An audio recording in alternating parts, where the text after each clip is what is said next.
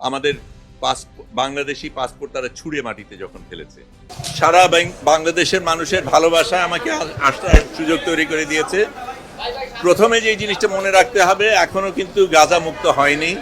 গাজার মানুষরা এখনো আক্রান্ত, তাদের উপর এখনো নির্যাতন চলছে, এবং সেটা যতক্ষণ না হয় আমাদের কাজ কিন্তু শেষ হয়নি। তার বাইরে যেটা বলবো, আমি অনেক মানুষকে ধন্যবাদ জানাবো। প্রথমে বাংলাদেশি যারা সারা পৃথিবীর থেকে সাড়া দিয়েছে, দোয়া করেছে, ভালোবাসা পাঠিয়েছে, তাদের কাছে আমি কৃতজ্ঞ।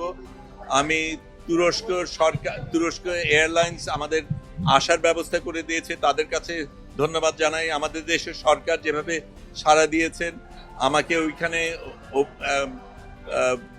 ইস্তানবুলে আমাকে গ্রহণ করেছেন, একদম আমার সাথে কোনো যোগাযোগ করার কিছু ছিল না, সেগুলির ব্যবস্থা করে দিয়েছেন, সেগুলির জন্য ধন্যবাদ। কিন্তু আবারও আমি বলবো যে আমাদের আসল সংগ্রাম বাকি আছে। যতক্ষণ ফিলিস্তিন মুক্ত না হবে ততক্ষণ আমাদের সংগ্রাম চলতে হবে। আমি যেতে পেরেছি, অনেকে যেতে পারিনি, অনেকে আমার সাথে যোগাযোগ করেছিল, তারা যেতে চেয়েছে। আমি মনে করি আরো হাজার এরকম ফ্লোটিলা যাওয়া দরকার, এবং যতক্ষণ না ফিলিস্তিন মুক্ত না হবে আমাদের এই সংগ্রাম চালিয়ে যেতে হবে। ধন্যবাদ আপনাদের সবাইকে।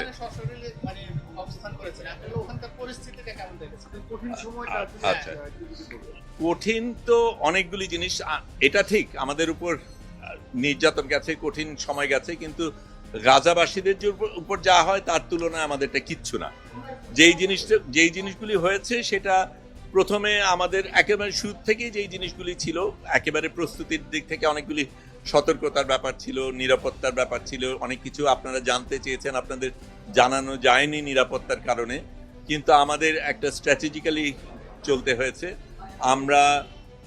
আমি প্রথমে এই ফ্লোটিলায় যাওয়ার সুযোগ পাই 24 তারিখে, সম্ভবত সেপ্টেম্বরে। তখন আমি নিউ ইয়র্কে, তখন খুব দ্রুত টিকিট কেটে ঢাকায় এসে ঢাকার থেকে বদল করব, কাজে আমি ওখান থেকে আম্মান যাই, আম্মান থেকে দোহা যাই, দোহা থেকে ঢাকায় আসি, ঢাকায় এসে এখানকার কিছু কাজ সেরে অল্পক্ষণের মধ্যে আবার ফ্লাইট নিয়ে রোমে যাই।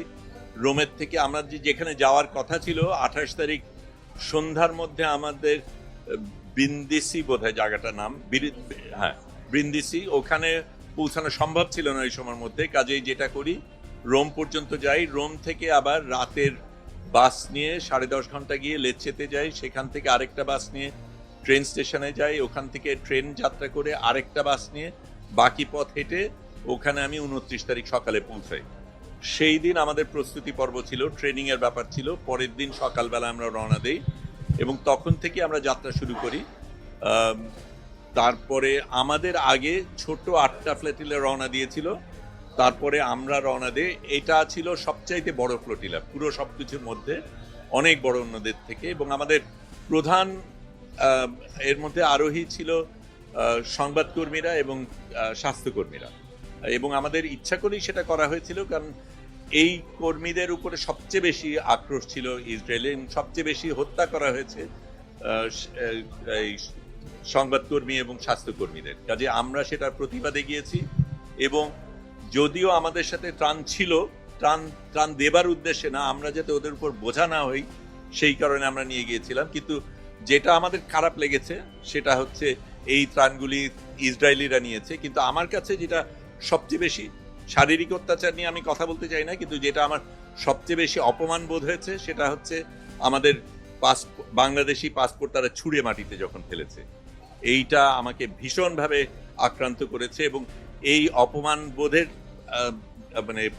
এটার জন্য আমাদের বিচার আদায় করে নিতে হবে, এবং কোনো দেশ আমাদের সাথে এইভাবে আচরণ করে পার পেয়ে যাবে সেটা যাতে না হয় আমাদের দেখতে হবে।